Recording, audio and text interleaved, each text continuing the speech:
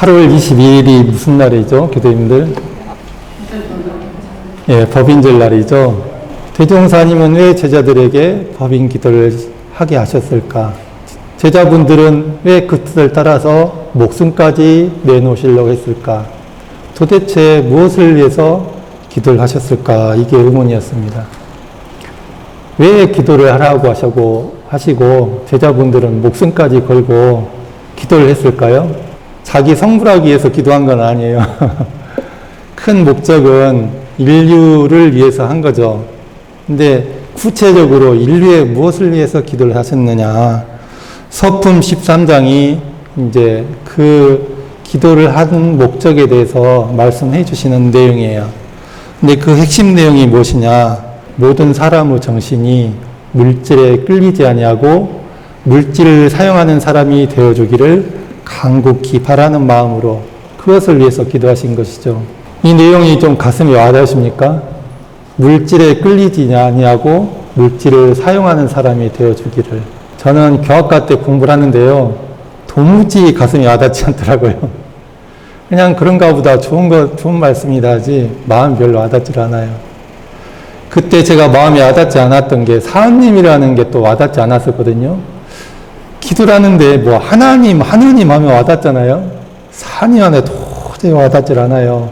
그래가지고 제가 교학과 1년 동안은 사님이 가슴이 와닿게 좀 해주세요 하고 기도를 했었어요.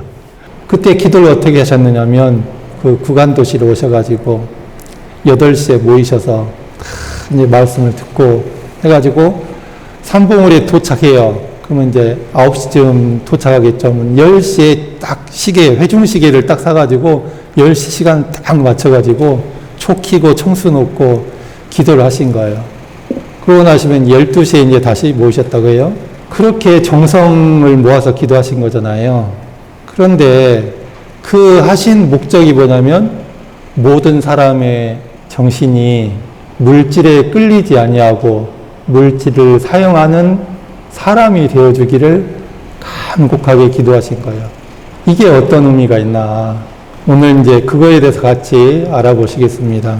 대종사님께서 태어나신 해는 1891년입니다. 1891년이 어떤 때이냐. 이로부터 20년 전에 1870년에 세계적으로 어떤 일이 있었냐면 2차 산업혁명이 일어나요. 2차 산업혁명이 일어나가지고 지구가 전과는 다른 문명의 변화가 일어납니다.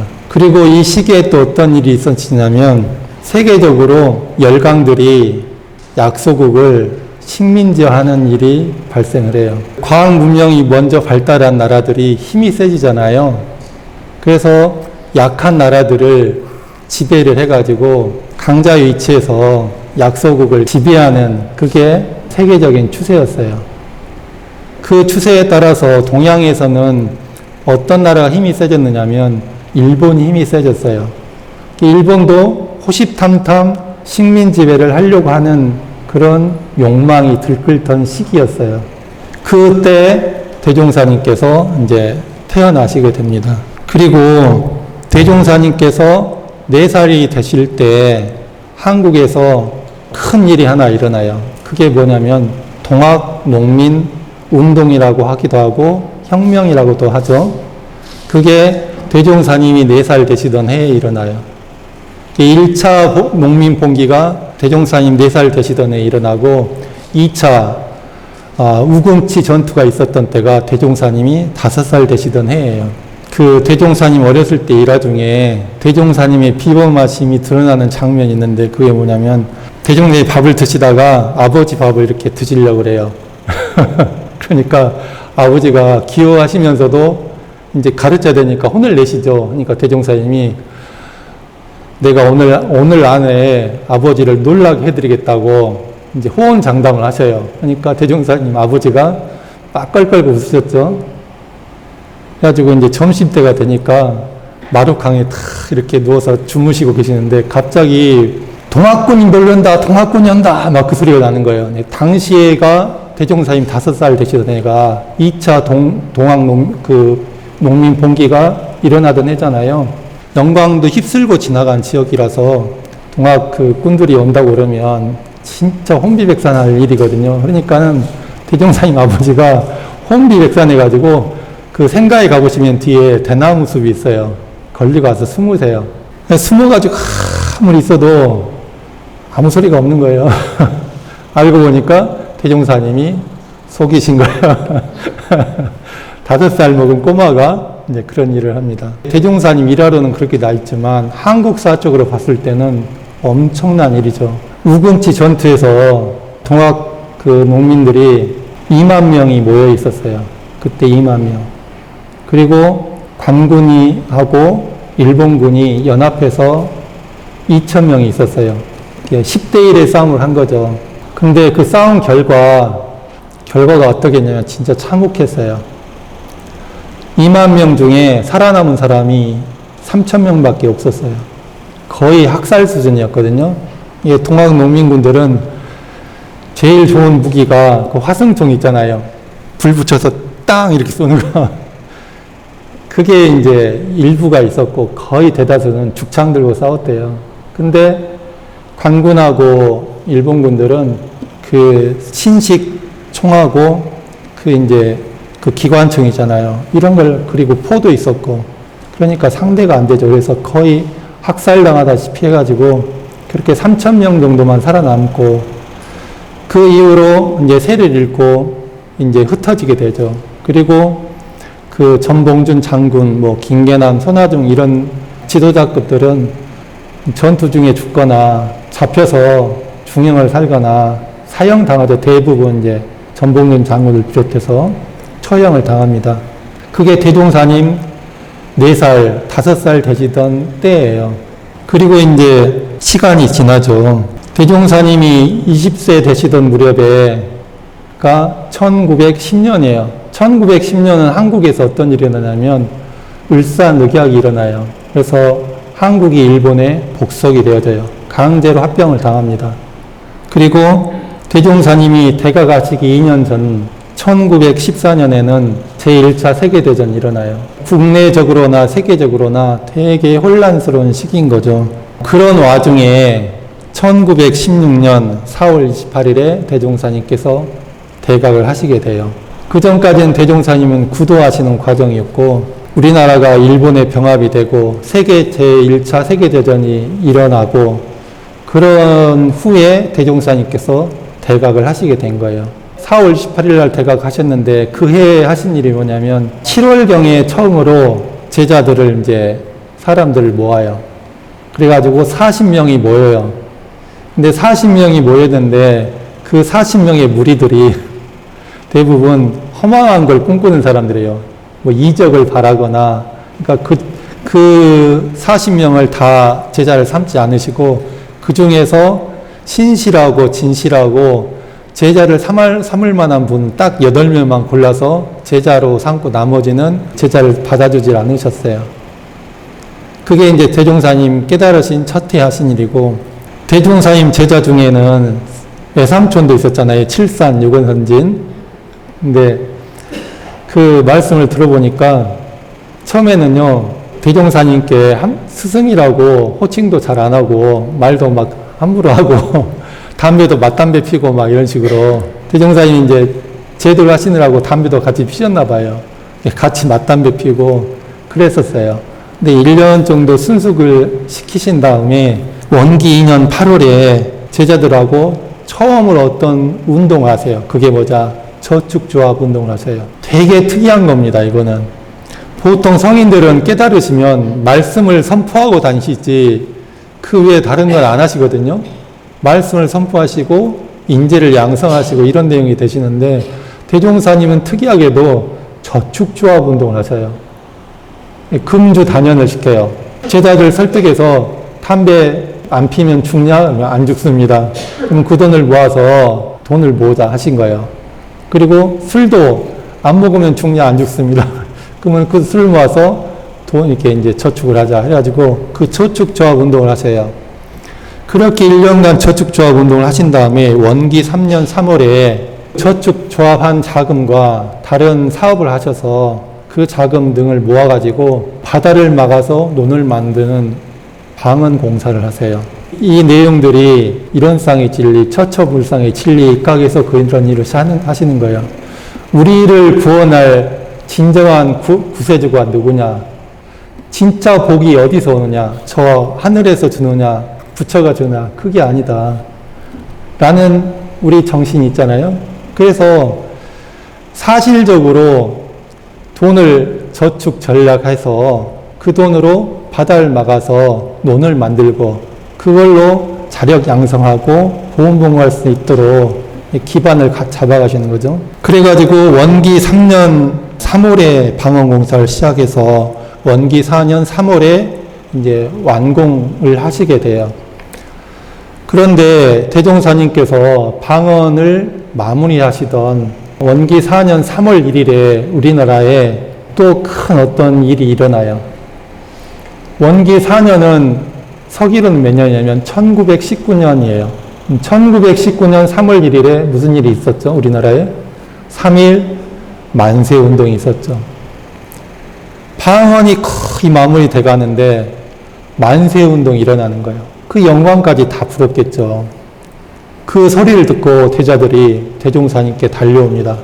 대종사님, 우리도 뭔가를 해야 되지 않습니까? 그래요. 우리도 뭘 해야 되지 않습니까? 그러니까 대종사님께서 그 말씀을 들으시고 그래 우리도 나가서 만세운동하자 이러지 않으셨어요. 뭐라 하시느냐면 그 만세 소리는 개벽을 재촉하는 상두 소리다 라고 먼저 하셔요. 상두라는 것은 이제 사람이 죽으면 상여를 메고 무덤에 묻었잖아요. 그 상여를 제일 앞에서 이끄는 사람이 이제 소리를 하고 가죠. 하면서 가잖아요. 그걸 상두 소리라고 해요. 개벽을 재촉하는 상두 소리다. 바쁘다. 어서 언 맞고 기도드리자. 이렇게 하셔요. 그래서 이제 방언일을 마치고 이제 기도를 드리게 되잖아요. 그 기도를 드리는 그 시점에 방언일을 마치고 기도를 드려야 하는 그 시점에서 하신 법문이 서품 13장의 내용이에요. 지금 물질 문명은 그 세력이 날로 용성하고 물질을 사용하는 사람의 정신은 날로 쇠약하여 개인, 가정, 사회, 국가가 모두 안정을 얻지 못하고 창생의 도탄이 장차 한이 없게 될지니 세상을 구할 뜻을 가진 우리로서 어찌 이를 범연히 생각하고 있으리요. 처음 말씀이 지금이잖아요. 지금 이 시점은 어떤 시점이냐. 우리가 살고 있는 이 시점은 어떤 시점이냐. 이것을 깨우쳐 주시는 거예요. 지금도 아니고 당시 그때. 저도 영광 백수 영천, 길룡 영천마을 출신이지만 그 영천마을이요. 제가 6살 때 전기가 들어왔다니까요. 전기가 제가 6살 때까지 안 들어왔어요. 근데 제가 태어났을 만 해도 그랬는데 늑대 울고 그랬던 시골인데 그 대종사님이 제자들을 이끌었던 그때 영촌마을 사람들의 인심이 어느 정도였겠어요. 근데 그 사람들 두고 말씀해 주시는 거예요. 지금 상황이 어떤 상황인지 알아? 지금 상황이 이런 상황이야 라고 이 시대의 상황을, 이 시점의 상황을 알려주시는 거예요. 우리는 깨달음을 얻지 못했기 때문에 눈앞에 보이는 현상만 보이잖아요. 그래서 그걸로 모든 것을 판단하고 살아가기 때문에 좀 크게 멀리를 보지 못하는데 대종사님은 깨달음을 얻으시고 그 전망품에 말씀하신 것처럼 이 우리나라가 어떻게 될 것인지, 우리 인류가 앞으로 어떻게 될 것인지, 그래서 우리는 어떻게 살아야 될 것인지를 비전을 딱 알려주세요. 이 시대가 어떤 상황, 어떤 시대고, 그래서 우리는 어떤 비전으로 앞으로 나아가야 되는가, 우리가 어떤 세상을 만들어야 되는가, 이것을 이제 알려주시잖아요. 그래서 제자들에게 지금이 어떤 시대다, 어떤 상황이다를 알려주시는 거예요. 우리나라로 치면은 일제에 의해서 나라를 빼앗기고 식민지가 되는 시점이지만 좀 더 크게 보면 인류 상황을 복해 보면 인류의 물질의 문명이 옛날과 판이 다른 그런 시대가 되는 거잖아요. 그리고 이 물질의 문명이 개벽되는 것은 자연현상 같이 되는 거예요. 봄이 여름으로 되는 거는 말려도 어쩔 수 없이 되는 거잖아요. 그런 것처럼 시대가 이제 그렇게 계절이 바뀌듯 시즌이 바뀌듯 이 시대가 물질의 문명이 개벽되는 것이 저항할 수 없는 큰 흐름이 된 거예요. 근데 그런 시대가 되고 보니까 이 과학 문명이 발전하고 크게 획기적으로 변하잖아요. 그러면 그 사회 구조도 바뀌어요. 그리고 경제 구조도 바뀌어요. 세상 사람들이 살아가는 방식이 바뀌는 거예요. 패러다임이 바뀌어요. 옛날에는요, 무조건 왕권 시대였잖아요. 산업혁명 이후로 이 세상이요, 왕권이 다 무너지고 백성이 주인 되는 세상이 됐잖아요. 인권의 시대로 전향이 됐잖아요. 그리고 세계가 물질이 개벽되니까 세계가요, 옛날은 뭐 미국은 미국 따라 한국은 한국 따라 했지만 점점점 어떻게 됩니까? 그냥 하나의 지구촌으로 되어지고 있잖아요. 지금도 하나의 지구촌인데 앞으로 물질의 문명이 발달하면 발달할수록 어떻게 됐어요? 더 가까이 되겠죠. 우리가 지금 부산에서 서울 왔다 갔다 하는 정도로 프랑스까지 왔다 갔다 할 수도 있는 거예요. 그보다 더 빠를 수도 있어요. 그런 시점이 되면 인류의 문명이, 인류라는 이 사회가 어떤 시스템으로 돌아갈지 우리 상상을 벗어나게 세상이 바뀔 수가 있습니다. 그런 시점에서 물질의 문명이 개벽되면서 이 세상이 바뀌고 있는 거예요. 그런데 대종사님 보기에 물질의 문명은 이렇게 급속도로 발달을 하는데 이 물질을 사용해야 할 사람의 정신은 그만큼 발달하지 않는 거예요. 이거 보이죠? 죽비죠. 이것은 좋은 겁니까? 나쁜 겁니까? 예?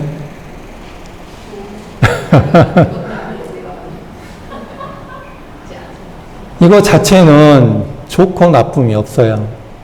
근데 이것을 보는 마음이, 쓰는 마음이 어떻게 보고 어떻게 쓰느냐에 따라 이게 좋은 것도 되고 나쁜 것도 되는 거예요. 돈은 좋은 겁니까? 나쁜 겁니까?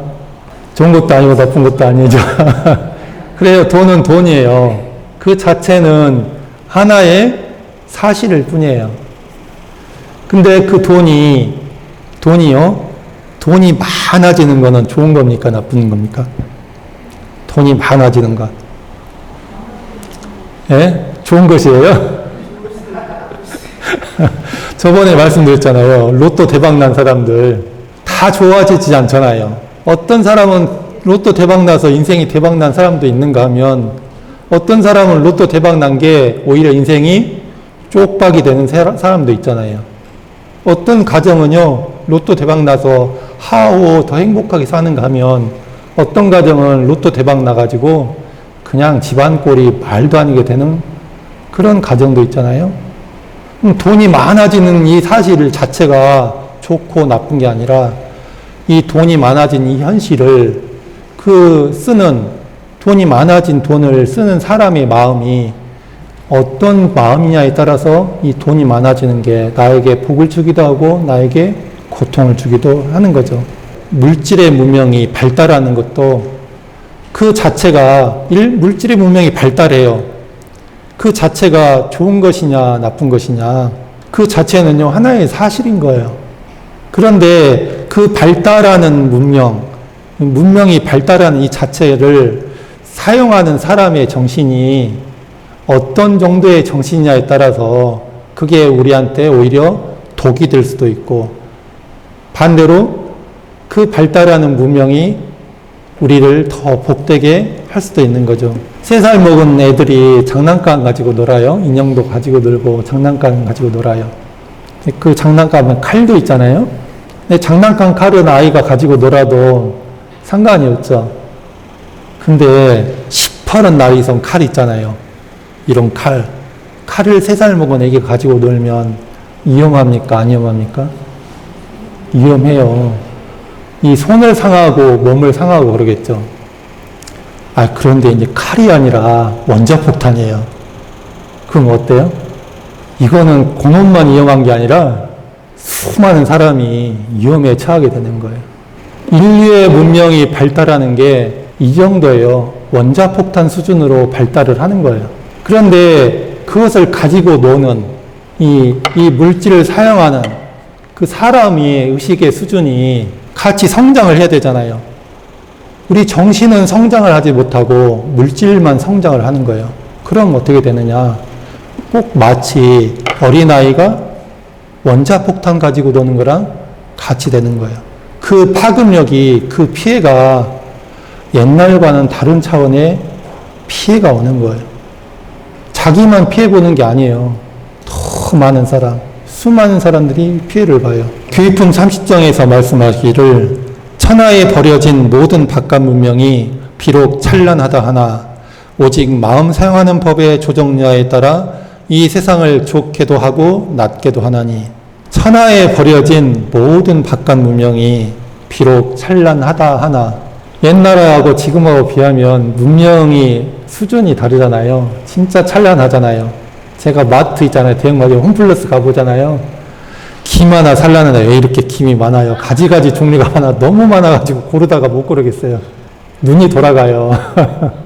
그런데 이 문명이 발달해서 이렇게 휘황찬란하잖아요. 그런데 그 모든 것이 아무리 발달하고 아무리 찬란해도 마음 사용하는 법의 조종여하에 따라서 이 세상이 좋게도 되고 낮게도 된다. 예, 대종사는 나쁘게가 아니라 낮게도 된다라는 표현을 하셨어요. 그래서 마음을 바르게 사용하면 모든 문명이 다 낙원을 건설하는데 보조하는 기관이 되는 것이요. 마음을 바르지 못하게 사용하면 모든 문명이 도리어 도둑에게 무기를 주는 것과 같이 되리라 라고 말씀하십니다. 제자들이 만세 소리를 듣고 와서 우리도 만세운동 해야 되지 않아요? 이런 식으로 물어봤는데 대종사님은 야, 그게 문제가 아니야. 그게 문제가 아니야.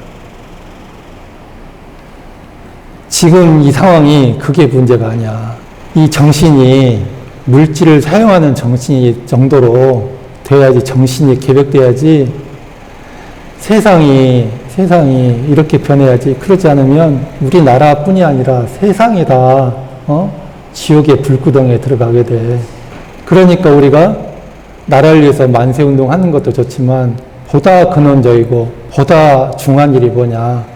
이 세상 사람들의 정신이 개벽돼가지고 물질을 선용해서 모두가 광대무량한 낙원 생활을 할 수 있는 그런 세상이 될 수 있도록, 그런 사람의 정신이 될 수 있도록 우리가 기도하자, 이렇게 하신 거예요. 대종사님은 개교표로 물질이 개벽되니 정신을 개벽하자고 하셨습니다. 대종사님이 탄생하신 그 시점이 어떤 시점이냐? 물질의 개벽이 이제 시작된 시작이에요. 그 기점이 되는 시기인 거예요. 그때 대종사님께서 오셔서 앞으로 인류가 어떻게 해야 참다운 행복을 이룰 것인가, 그 비전을 제시해 주신 것이 물질이 개벽되니 정신을 개벽하자는 말씀이에요. 아까도 말씀드렸지만 물질이 개벽되는 것은 자연현상과 같아요. 거스를 수 없는 물결이에요. 이 물결을 거스를 수가 없어요. 세상은 물질이 개벽되고 물질이 개벽됨에 따라서 세상이 확 바뀌게 돼 있어요. 라이프 스타일이요, 완전히 바뀌게 돼요. 근데 그 시점에, 그렇게 세상이 바뀌는 시점에서 우리의 마음이 어떤 마음이냐에 따라서 개인도 행복하느냐 불행하느냐 이게 갈리게 되고, 가정도 행복하느냐 불행하느냐가 갈리게 되고, 국가도 인류도 그렇게 된다는 거죠. 그래서 대종사님이 물질이 개벽되니 정신을 개벽하자라고 이제 표를 내주시고, 우리의 목적을 광대무량한 낙원을 건설하자, 이렇게 비전을 제시해 주신 거예요. 물질이 개벽되는 시대에 정신을 개벽해서 어떤 세상을 이루자? 광대무량한 낙원을 이루자라는 거예요. 그럼 광대무량한 낙원은 구체적으로 어떤 모습이고 이것을 어떻게 이루어야 되느냐, 그것을 대종사님은 또 구체적으로 담아주셨어요. 광대무량한 세상을 어떻게 이루고 그 광대무량한 세상의 모습은 어떤 모습이냐? 어떤 모습일까요? 그게 다른 것이 아니라 이론상의 진리, 사언, 사요, 삼학팔조예요. 우리 원불교가 대종사님께서 물질이 개벽되는 시대에 인류가 참으로 행복한 그런 세상, 그 비전을 내주신 게 광대무량한 낙원인데 그 광대무량한 낙원의 모습은 어떤 것이냐? 첫째, 이론상의 진리가 구현된 모습이에요. 정산종사님은 하늘한 한이체, 한 집안 한 권석이 한 일꾼으로 이런 세계를 건설하자 했나요? 큰일 났네. 이것도 잊어버리고. 대산종사님 뭐라고 했어요? 그 뜻을 또 이어받아가지고 진리는 하나, 세계도 하나, 인류는 한 가족, 세상은 한 일터, 개척하자 하나의 세계. 이론상의 진리는 만유가 대종사님, 만유가 한 체성이요라고 하셨잖아요. 그리고 만법이 한 근원이라고 하셨죠. 이론상의 진리를 통해서 이 세상이 하나의 세계를 이루자는 거예요. 사실이 우주 만물이 본래 하나예요. 진리가 하나예요. 그러니까 하나로 살자는 거예요. 그리고 만법이 기독교, 불교, 원불교, 힌두교, 무슨 교 있잖아요. 이슬람교. 그 근원이 하나예요. 진리는 하나인 거예요. 지금 팔레스타인에서 얼마나 싸우고 난립니까? 진짜 막장을 막 하잖아요. 이스라엘이 더 낫냐, 팔레스타인이 더 낫냐, 구분을 못 해요. 지금은 서로 죽이는 상극의 살육전을 서로 하고 있잖아요. 그런데 알고 보면 있잖아요. 이스라엘 유대교나 이슬람이나 뿌리는 같아요. 종교의 뿌리도 같고 민족의 뿌리도 같아요. 아브라함의 자손들이에요. 알라 신이나 하나님이나 다 똑같은 신이에요. 같은 하나님이에요. 그런데 그렇게 치고받고 싸우고 난리인 거예요. 러시아하고 우크라이나는 그 나라는 어떠냐? 러시아는 자기를 지키려고, 사실은 러시아도 자기를 지키려고 하는 거거든요. 우크라이나 자기를 또 지키려고. 근데 서로 자기를 지키려고 하는 싸움이 서로 죽이고 있는데 둘만 죽어요? 우리 한국도 개로 죽었어요. 세계가 개로 죽었어요. 그 둘 싸움에. 그잖아요? 앞으로 세상이 점점 발달하면 발달할수록 어떻게 되느냐? 세상이 하나로 살아야 돼요. 좌산상사님 뭐라 했냐면, 이 서로 다른 민족과 인종과 종교를 가진 사람들이 한 방에서 모여서 살아야 되는 상황이라고. 근데 하나를 이루지 못하고 있기 때문에 이 고통을 당하는 거예요. 대종사님이 이론상의 진리를 내주셨잖아요. 이게 비전이에요. 광대무량한 낙원의 모습은 모든 인종과 종교와 사상과 이런 걸 지역과 이런 걸 다 모든 차별과 간격을 넘어서서 뚜렷한 하나의 세상을 이뤄야 정말 우리가 행복하게 살 수 있어요. 그렇지 않으면 이 세상이 어떻게 멸망의 구덩이로 갈 수밖에 없거나 지금처럼 괴로 죽는 수밖에 없어요. 우리가 계속 이렇게 살 일이 아니잖아요. 그리고 두 번째, 이론상 사언이잖아요.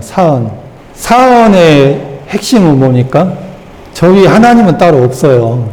그럼 뭐가 있어요? 실제하는 이 현실만 있는 거예요. 근데 이 실제하는 이 현실이 어떤 현실이냐? 모든 우주 만물이 서로 없어서는 살 수 없는 관계예요. 서로가 없어서는 살 수 없는 관계인 걸 알아서 그 은혜를 고마워하고 감사하고 그 은혜를 보답하는 삶을 살자는 거예요. 지금 우리가 기후위기로 죽겠잖아요. 앞으로는 더해요. 기후학자들은 앞으로 10년 안에 우리가 승부를 보지 못하면 지구는 멸망을 안 해요. 인류는 멸망을 한다고 그래요. 10년이래요, 10년. 그 기후학자들 말을 들으면 이제 우리는 멸망이네, 이런 종말의 시기구나, 이런 게 느껴지거든요. 자연과 우리가, 천지와 우리가 없어서는 살 수 없는 관계. 천지가 살아야 인간도 살 수 있다는 거. 생태계가 살아야 우리도 살 수 있다는 이 관계를 우리가 진짜 이렇게 피부로 와닿게 점점점 느껴지잖아요. 이게 정말 우리가 정말 죽겠구나 해야 더 와닿을 것 같긴 해요. 그런데 점점점 느껴지잖아요. 그것뿐만이 아니라 천지와 우리의 관계도 없어서는 살 수가 없고, 동포와 우리도 없어서는 살 수 없고, 서로가 없어서는 살 수 없는 이 관계를 알아서 그 은혜에 고마워하고 감사하고 보답하는 삶을 살자. 그래야 우리가 어때요? 평화로운 세상을 살 수가 있다. 사은의 이 진리를 알고 그 은혜를 보답하고 삶으로써 많이 우리가 정말 평화로운 대평화 세상을 이룰 수가 있다는 거죠. 그게 광대무량한 세상의 모습이에요. 그리고 사요라는 가르침이 있잖아요. 사요는 뭐냐면 쉽게 말해서 사요는 균등하게 살자는 거예요. 이 세상 용어로 하면 평등하게 살자는 거거든요. 근데 평등과 균등은 살짝 개념의 차이는 있어요. 근데 같다고 봐도 돼요. 지금까지 인류의 모습은 있잖아요. 어떤 상황이냐. 일부 강자들이 모든 걸 독식하는 구조예요. 우리나라뿐이 아니라 세계 각국이요. 상위 1%가 그 나라의 부의 90%를 가져요. 돈이 100만 원 있는데 상위 1%가 90만 원을 가지고 살고 나머지 99명이 10만 원 가지고 나눠먹고 사는 거예요. 이게 말이 돼요, 이게? 이게 부가 불균등하니까 서로 이제 갈등이 오고 그에 따른 고통이 오는 거죠. 근데 이제 이걸 부를 어떻게 분배할 것인가 하는 것이 사회 경제학적으로 노력을 해온 거잖아요. 근데 대종사님은 제도적인 차원도 있지만 이것이 자발적으로 세상이 자발적으로 공익에 헌신하고 자력을 양성해서 자기가 가진 것을 약한 사람을 위해 나누는 그런 세상이 되게 하자는 거예요. 시스템적으로도 세상이 부를 나누는 세상이 강약이 조화를 이룬 세상이 되는 것이 지향할 점이지만 정신적으로 우리가 이게 당연하게 그렇게 되는 세상, 내가 가진 것을 나누는 것이 당연한 것이 되는 세상, 그게 광대무량한 낙원의 모습이에요. 지금은 이게 사람들이 부를 가진 사람이 막 직접 나서서 내 걸 나누는 세상은 아니잖아요. 그런데 진짜 광대무량한 낙원의 모습은 뭐냐?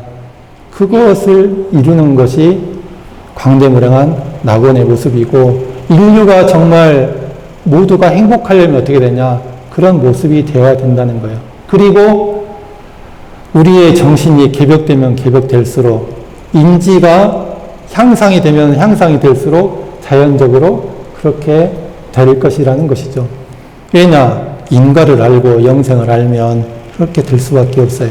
그리고 사막을 말씀하셨잖아요. 사막. 결국에 이 물질을 사용하는 정신이 있잖아요. 물질을 사용하는 이 정신이 깨어나고 이 정신이 힘이 있어야 되잖아요. 그러질 않으면 모든 것을 할 수가 없잖아요. 대통령이 대종사님이 있어요. 네? 대통령이 대종사님이요. 학교 갔더니 정산종사님이 계셔. 집에 갔더니 대산종사님이 계셔. 교당에 왔더니 예수님이 계셔. 친구를 만났더니 부처님이야. 결혼했더니 보살이야. 그럼 어떻겠어요? 정말 삶만 나는 세상이 되겠죠. 앞으로는 인류의 인지 수준이 불보살의 인격으로 성장을 해야 돼요. 과거의 인지 수준으로는 이 발달되는 문명을 우리가 어부할 수가 없어요. 교도님들 평상시에 행복하십니까? 늘 행복하세요? 늘 불행하진 않잖아요? 그런데 우리가 경계를 당하면 불행해져요. 가장 비근한 예로 예를 들어서 제가 자주 말씀드렸는 거가 모르겠는데 내가 못 살아요. 가진 게 없어요. 세상은 차별 세상이잖아요. 차별 세상이기 때문에 많이 가진 사람이 있는가 하면 많이 가지지 못한 사람이 있어요. 대부분은 가지지 못한 사람들이에요. 가지고 있어도 내가 만족할 만큼의 가지고 있으면 되기가 어려워요. 그럴 때 마음이 행복합니까? 제가 영등포교당에 있다가 저기 강남교당을 갔어요. 그러면 제가 이제 영등포교당 교무하다가 강남교당 교무가 됐어요. 발령을 받아가지고. 그럼 마음이 저 어떨까요? 근데 또 강남교당에 있다가 우리 영등포교당이 아니라 저 교도 한두 명 있는 데가 있어요. 거기 갔어요. 그럼 마음이 어떨까요? 파도를 치겠죠. 파도를 치겠죠. 그게 중생의 삶이에요. 내가 100만 원 벌고 있는데 주변에서 다 100만 원 벌거나 아니면 주변에서 50만 원 벌어요. 그럼 나는 어깨가 딱 올라갈 거야. 내가 100만 원 버는데 내 주변 사람들은요, 다 1000만 원씩 벌고 있어요. 그러면 내 어깨가 돼요? 어떻게 되죠? 축 내려가죠. 그 마음을 지킬 수가 있겠습니까? 그런 상황에 누가 혹해요. 야, 이거 하면 돈 벌어. 예? 이거 해봐. 코인 연대고 좀 해봐. 많잖아요. 누가 여기 투자하면 뭐가 돼. 막 이런 거 있잖아요. 그건 마음이 어때요? 혹 통해요. 우리 교당에 지금 그 개도공이 나가가지고 제가 마음이 어떻게 되냐면 긴장이 많이 돼요, 지금. 이런 상황이 있잖아요. 이런 상황에 누가 탁 건들면 제가 정신력이 약하잖아요. 거기 확 휘말리기가 쉬운 거예요.